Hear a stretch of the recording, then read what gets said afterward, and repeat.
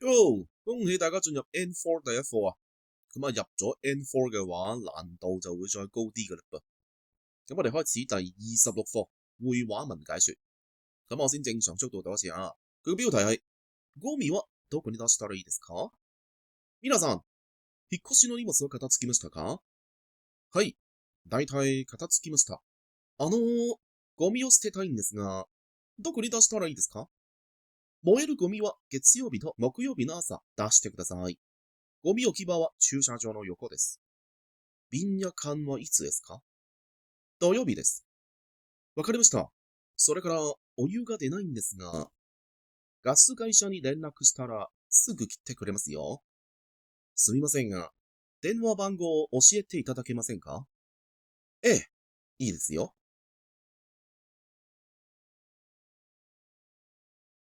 咁啊，上次咪講到阿 Mila 先生調職去東京嘅，咁今課佢就搬咗去東京，開始新生活啦。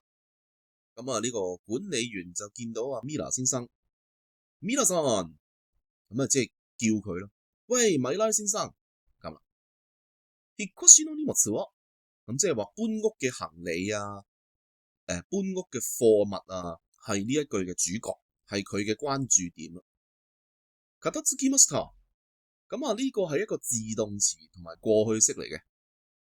咁啊，我順便分享下啦，佢嘅他動詞係片付けます，所以我哋喺呢度要掌握下初步啦嚇。咩叫自動詞？咩叫他動詞啊？喺呢一度自動詞就係講緊嗰個行李嘅結果係點樣，係收拾好，係整理好，係處理好。而片付けます他動詞就係喺呢度問緊 Mila さん有冇做呢個行為。咁所以你要明白日文，你要睇得透邊一個係個焦點，邊一個係個主角個關注點咯。管理員佢關注緊嘅係搬屋嘅行李嘅結果，所以就係問緊，搬屋嗰啲行李執好未啊？咁嘅意思，而唔係佢唔係用緊他動詞，佢唔係問緊阿 Mila 先生，佢個聚焦點主角唔係 Mila 先生，喂，你有冇做呢個行為啊？咁啦，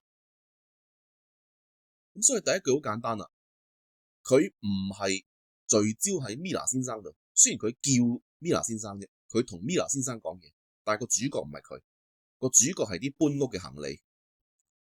喂，米拉先生，搬屋嗰啲行李執好未啊？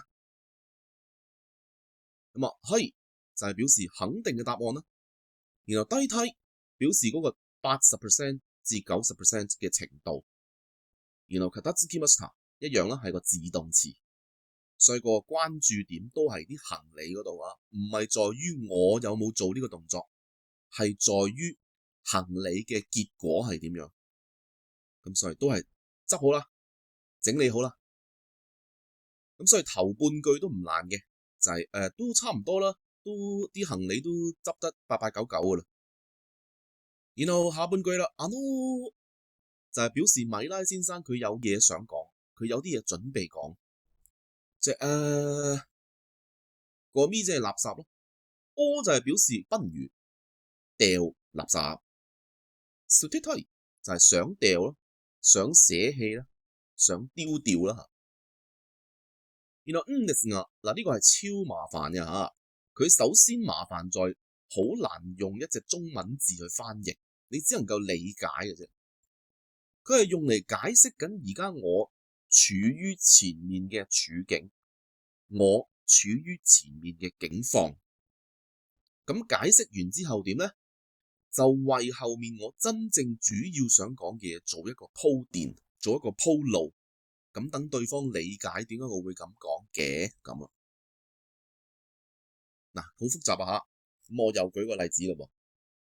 嗱，假設我而家揾小明，我真正想同小明講嘅主題係，喂，可唔可以借2000蚊俾我？咁但係亞洲人普遍唔會直奔主題嘅，你直接講話，喂，可唔可以度2000蚊嚟啊？佢唔會借俾你嘅，所以亞洲人普遍就會鋪墊下，解釋下而家，喂，我而家身處咩處境啊？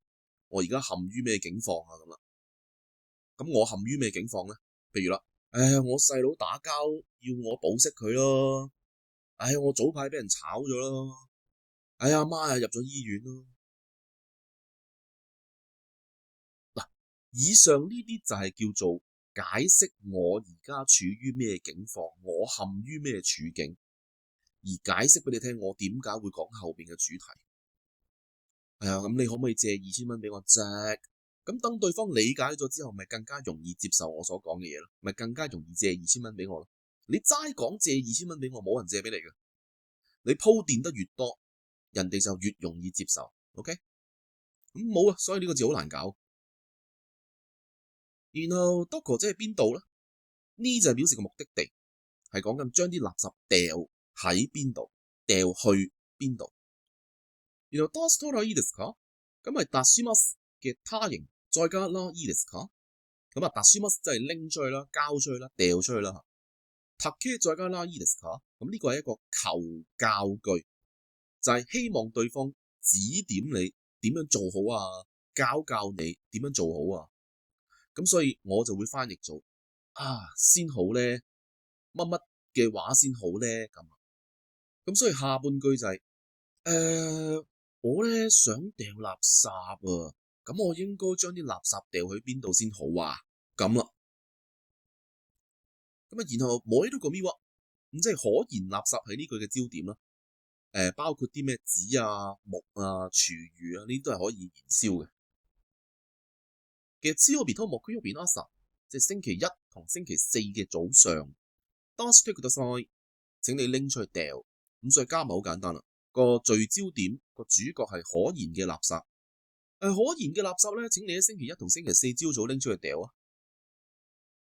ゴミ置き場は，即係垃圾站、垃圾放置場，係呢一句嘅主角焦點。駐車場の横，即係停車場嘅隔離嘅旁邊咁啦。des 即係啦，咁即係話垃圾站咧就係喺停車場嘅隔離嘅啫。咁嗱，呢個係我以前住嘅地方嚟嘅，下面係幾格嘅停車位啦，而正好喺旁邊就係個垃圾站啦。然後邊一近喎，咁即係樽啊、罐啊，係呢一句嘅主角焦點啦。いつ即係幾時啊？什麼時候？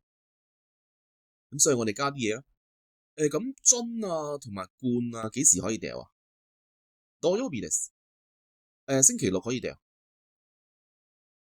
わかりました。咁即係明白晒。然後それから就係表示佢揾管理員唔係淨係傾一樣嘢，唔係淨係揾佢講一樣嘢。前面嗰單嘢完成咗，仲有另一單嘢想麻煩管理員嘅。咁所以我譯做仲有啊。お湯が出ないんですが，嗱我哋睇下呢個ですが啦，一樣啦。佢而家解釋緊而家嘅處境。佢搬咗入嚟呢個新單位之後，面對緊咩處境咧？就係お湯が出ない，冇熱水出。咁你交代完個背景之後，你想揾管理員講咩真正嘅主題，講咩真正嘅主菜啊？咁就算佢唔講，管理員佢唔係低能噶嘛，管理員梗係知道對方有咩想揾佢搞啦，就係點搞好啊？點算好啊之類啦。所以我哋好多時候講日文就唔需要刻意將個主題講出嚟都 OK， 你淨係講解釋翻自己而家處於咩背景，解釋俾人聽你而家陷於咩困難，陷於咩處境，咁對方唔係低能嘅都應該會明白你究竟真係想講咩啊咁嘅。所以你見到 Mila 佢冇講真正嘅主題嘅，佢只係鋪墊完，我屋企冇熱水啊，咁管理員就好醒目噶啦。咁所以成個好簡單啫，就係明白晒。仲有我屋企咧冇熱水出啊，咁我應該點做啊？但係佢冇講呢句嘅。ガス會社就係啲咩煤氣燃氣公司咧？呢就係表示個對象，你打電話俾呢間公司，打去呢間公司。連絡したら就係連絡します，變成他形之後再加啦咯。咁連絡します就係聯絡啊、聯繫啊、通知啊咁啦。然後takeが啦就係表示前面嘅嘢做完或者發生咗嘅話，後面會點啊？咁我亦做嘅話咯。すぐ立刻咯。来てくれます係来ます變成他形再加くれます。來ます就係嚟啦，過嚟啦。手くれます就係授受關係嘅一種，就係對方係嚟解決你嘅問題，幫你解決你嘅問題。然後よ係一個通知對方嘅語氣，咁你可以譯做㗎咁啦。咁成句就係，你打去煤氣公司嘅話咧，佢哋立刻就會過嚟幫你㗎，咁你可以譯做㗎啦。然後すみません，即係唔好意思啦嚇，又係好煩啊，哎呀打攪你啊，打攪你打機啊，唔好意思啊。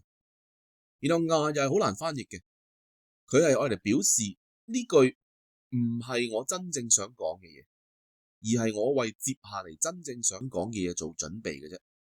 前面嗰句我唔講都得嘅，佢係表示，我仲未講完㗎，你繼續聽埋佢啊，俾啲耐性聽一聽啊，咁啦。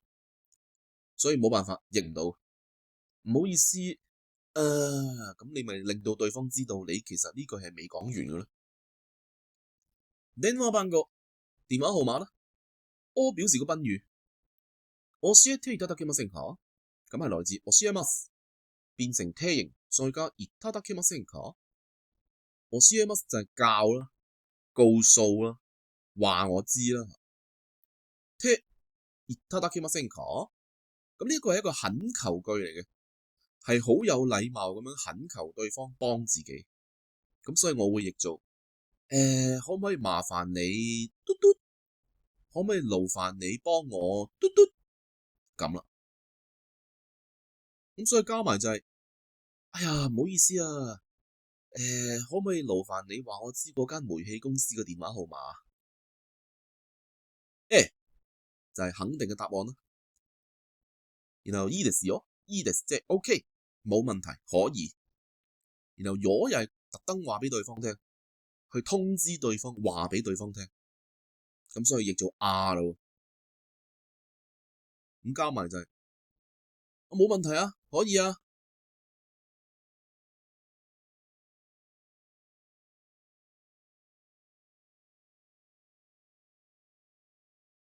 咁最後我再慢速讀一次啦噃。皆さん、引っ越しの荷物は片付きましたか？はい、だいたい片付きました。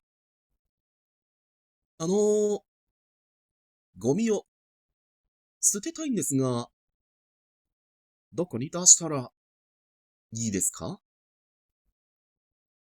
燃えるゴミは月曜日と木曜日の朝出してください。ゴミ置き場は駐車場の横です。瓶や缶はいつですか？土曜日です。わかりました。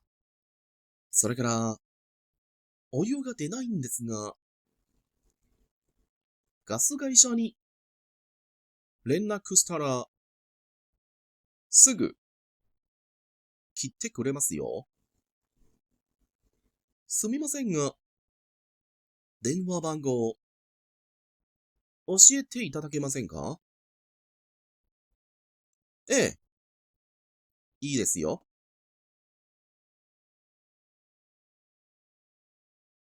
咁明唔明白今課講乜嘢？明白嘅話，我哋下一次見啦噃。